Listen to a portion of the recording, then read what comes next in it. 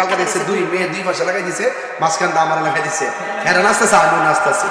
এখন কি অ্যাপস বাইরে ছেলে বাবা মাথা নিয়ে লাগাই দেয় আর হাজার লোকেশন ড্যান্স মারে, ওই আমার ফাঁকরিওয়ালা ছবি নিয়ে লাগাই দিছে, লাগাই দিয়া হাজার হাজার লোকের সামনে ড্যান্স দেওয়াইতেছে। আবার কালকে দেখছে দুই মেয়ে দুই পাশে লাগাই দিছে, মাঝখানটা আমার লাগাই দিছে, এরা নাচতেছে আমিও নাচতেছি। এটা কি এটা কোন কথা হইলো? একটা সিস্টেম তো আছে ভাই। আপনি আপনার শত্রুতা থাকতে পারে, আপনি ইচ্ছা করলেই তো এই পাগড়িকে অসম্মান করতে পারেন না, কথা ঠিক কিনা?